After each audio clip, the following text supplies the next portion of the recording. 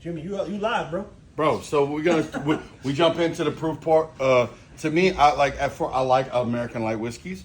A lot of those American light whiskeys that are aged 18 years and above are going to be hazmat, but it's more for me the flavor profile than it is the proof point.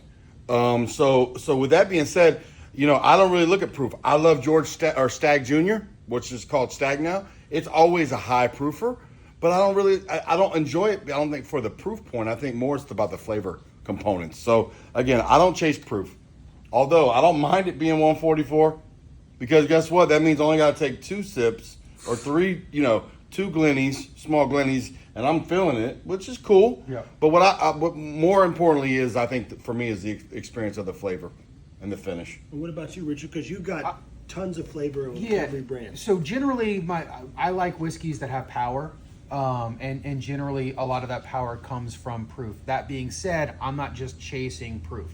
If you give me a whiskey that's 70% alcohol and it drinks like it's 59% alcohol, Right. that's a good thing. Yep. If you give me a whiskey that's 70% alcohol and it drinks like it's 75% alcohol, That's I don't not- want it. Yeah, I don't want anything to do with Exactly. it.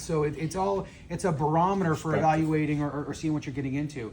Now there have been instances where it's like, hey man, we got these 2 barrels in, and I can't try them first, and it's like, well, one's this proof and one's that proof, and if you have to buy blind, I will say Jump higher. sometimes I'll pick the higher proof one, and sometimes it's worked out for me, and sometimes it's burned me.